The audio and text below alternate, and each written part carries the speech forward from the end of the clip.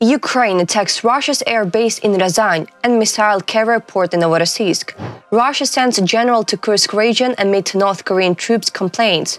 And why news anchor Tucker Carlson comes back to Moscow. That is news next.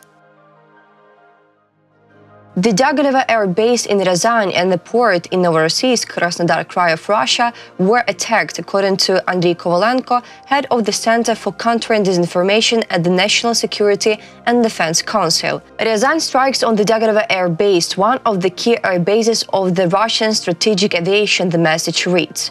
The port in Novorossiysk, where Russia keeps its missile carriers involved in the shelling of Ukraine, was hit. The 33rd Center for Combat Deployment and Training of long-range aviation flight personnel equipped with 295 MS, 222 M3, 134 UBL, and 26 aircraft, as well as the 203rd Independent Aircraft Refueling Aviation Regiment, are stationed at the Dagelovo Air Base. The 360th Aviation Repair Plant is located near the air base. Novorossiysk is a key port of the Russian Black Sea Fleet. After the destruction of ports and ships in Crimea, Russians relocated their fleet to Novorossiysk. Russia sent a general to the front in the Kursk region as the DPRK military complained that they were not getting enough to eat, reports Defense Intelligence of Ukraine. According to intelligence, dissatisfaction with insufficient rations has grown among DPRK army personnel stationed in the Kursk region. To solve the problem of hungry North Koreans, Russia sent Major General Mevlyutov, deputy commander for resource support of the Leningrad military district, to the Kursk fields. The Russian general ordered to issue individual rations to the DPRK army from the food reserves of the 11th Separate Guards Air Assault Brigade of the Russian Armed Forces. Russia continues to deploy the DPRK contingent. The military from the 92nd and the 94th Special Forces brigades of the DPRK army is being transferred to the operational subordination of the Russian army units participating in the fighting in the Kursk region. In particular, the 22nd Motor Rifle Regiment, the 810th Guards Naval Infantry Brigade, and the 11th Separate Air Assault Brigade. About station in the Kursk region. At present, Russian troops with the support of the DPRK soldiers are trying to recapture the previously occupied positions of the Ukrainian military in the Kursk region. The Russians have already made several offensive attempts. In mid-November, Russian troops launched an assault in the Kursk region but lost 17 pieces of equipment at once, having exploded on mines of the Ukrainian armed forces. Russia's strike on Ukraine with its new Oreshnik ballistic missile was an information provocation. Its purpose is to send a message particularly to the West, at the Institute for the Study of War analyst told RBC Ukraine. The November 21st strike was a Kremlin response, but it is primarily an information provocation. The strike was meant to send a message. Russia conducted an ostentatious IRBM, not ICBM, strike against Ukraine in order to intimidate Ukraine and the West and deter Western countries from supporting Ukraine.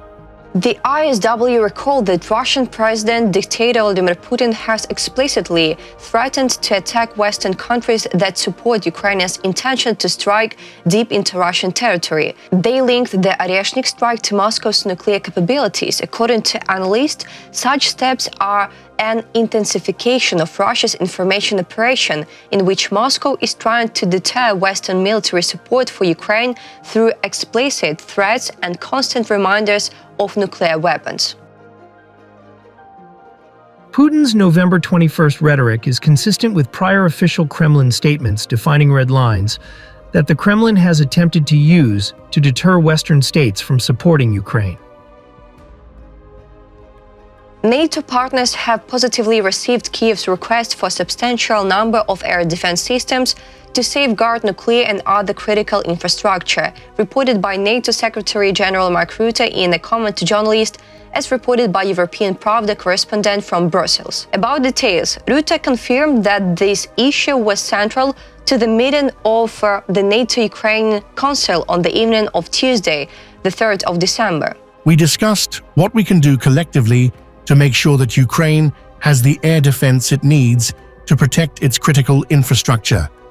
Rutte noted that this is a challenging task as the air defense systems in NATO countries are distributed and assigned to specific duties. He added that there is no surplus supply of air defense systems globally, but emphasized that a clear agreement had been reached the previous night for partners to support Ukraine. The Secretary General did not specify the number or types of new systems that could be provided, but reaffirmed that an agreement had been reached to maximize joint efforts to strengthen Ukraine's air defense. We have to make sure that whatever air defense we can give them, Ukraine is being supplied to Ukraine.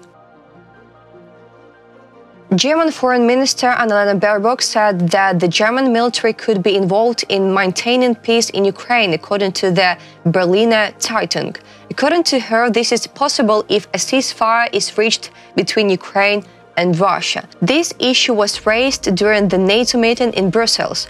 Baerbock emphasized that Germany is ready to support all initiatives that will contribute to long-term peace, including security guarantees, international peacekeeping missions, or increased military assistance to Ukraine. According to her, the presence of German soldiers will be possible only if a real truce is established.